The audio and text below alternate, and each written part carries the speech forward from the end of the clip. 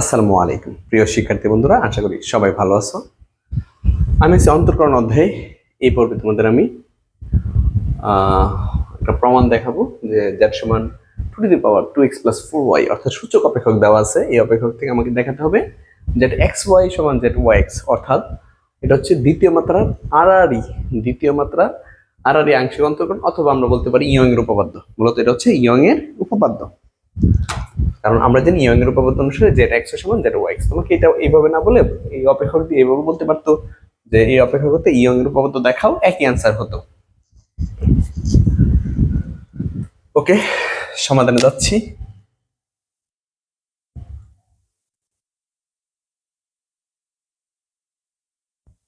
সমাধান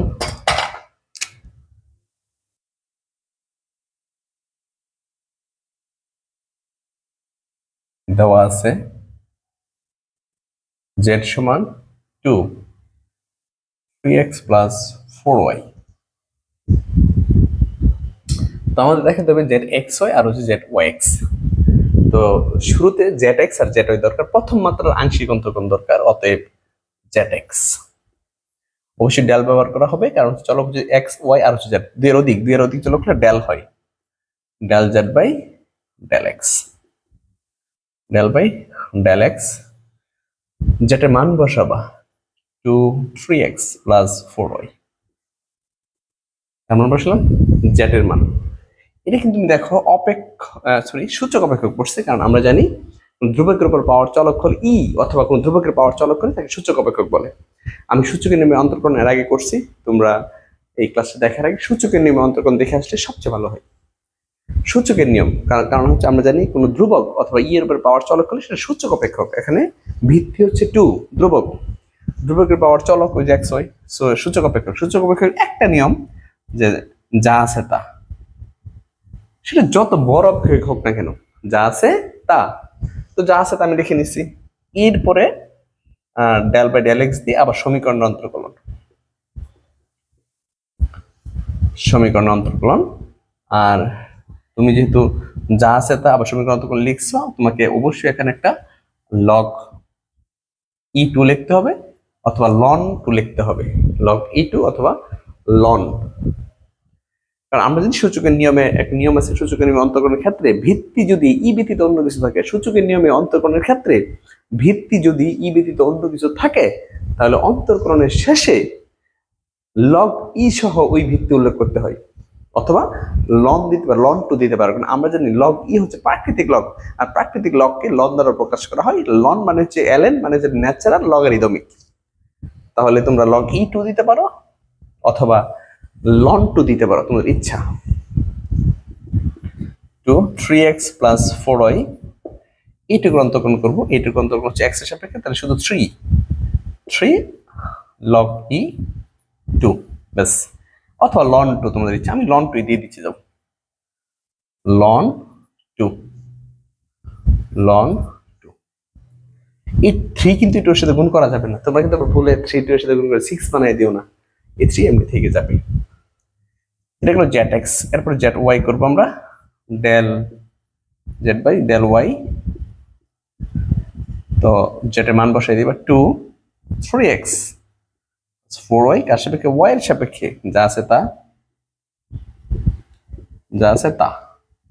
তো y এর সাপেক্ষে যখন অন্তর্কলন করব, আবার যা আছে তা দিয়ে আবার হচ্ছে অপেক্ষকের অন্তর্কলন। এখানে এই কাজটা করছি, যা আছে তা আবার হচ্ছে এই সমীকরণের, ঠিক একইভাবে যা আছে তা আবার হচ্ছে এই সমীকরণ হচ্ছে 3x + 4y। আর ভিত্তি যেহেতু 2, লন 2 3x + 4y, y সাপেক্ষে অন্তর্কলন করলে এখানে 0 হয়ে যাবে, আর y সাপেক্ষে অন্তর্কলন 1 থাকে, শুধু 4 লন 2 ব্যাস।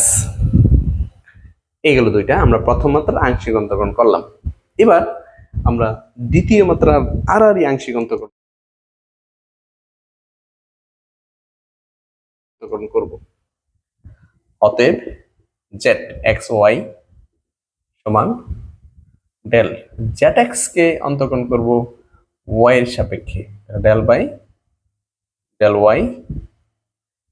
এখানে তোমরা zx এর মান বসাই দিবা, zx এর মান হচ্ছে 2 3x + 4y, 3 ln 2। ঠিক এইটুকু ধ্রুবক আর এইটুকু অপেক্ষক, সূচক অপেক্ষক।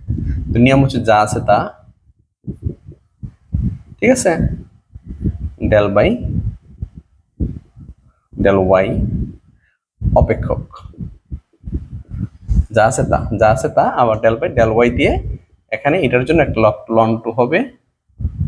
আর আগে ধ্রুবক ছিল আমার 3 ln 2 ছিল, 3 ln 2 ছিল, তাহলে 2 3x প্লাস, এটা কিন্তু ধ্রুবক গুণাকার আছে থেকে যাবে, তাই না? আর সূচকের নিয়ম যা আছে তা এটুকু অন্তর্করণের জন্য আমি ডেল বাই ডেল ওয়াই দিয়ে এই সমীকরণটা লিখছি। আর সূচকে থাকার কারণে এখানে ln 2 হয়ে গেছে। এখন এটুকু অন্তর্করণ করলে ওয়াই হিসেবে অন্তর্করণ করলে 4, আর সম্পর্কে অন্তর্করণ করলে কি হবে 4 ln 2 এখানে 3 ln 2, তাহলে 2 3x প্লাস, এক কাজ করতে পারি, হ্যাঁ 3x 4y, এখানে দেখো এই সংখ্যা দুটো গুণ করা যাবে, 3 4 12 ln 2 স্কয়ার, সংখ্যা দুটো গুণ করা যাবে, সংখ্যা 3 4 12 আর ln 2 আর ln 2 একটা, ln 2 হচ্ছে দুইটা, আমরা গুণ করে দেব ln 2 স্কয়ার, ব্যাস। ওকে, এরপরে যাব আমরা z yx এ, del zy by del x, del by del x, এখানে তুমি জ্যাটো এর মানটা বসাই দিবা।